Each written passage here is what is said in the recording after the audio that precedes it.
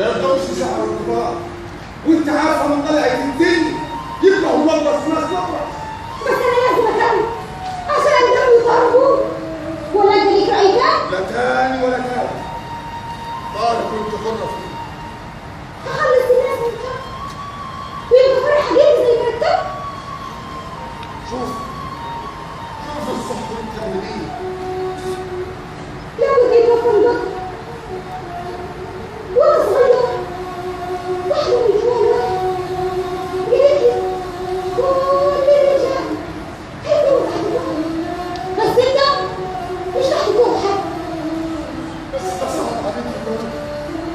قصدك ايه؟ قصدي يتوفى المقدر. يتوفى المقدر يا ست مليك. ناس البارود يبقى مطلوب في دمه يا انت يا اختي امل. لا امل لا، امل هتجيب الوقت سند الوقت. ربنا سلم الكلام، ربنا يزيل المحن.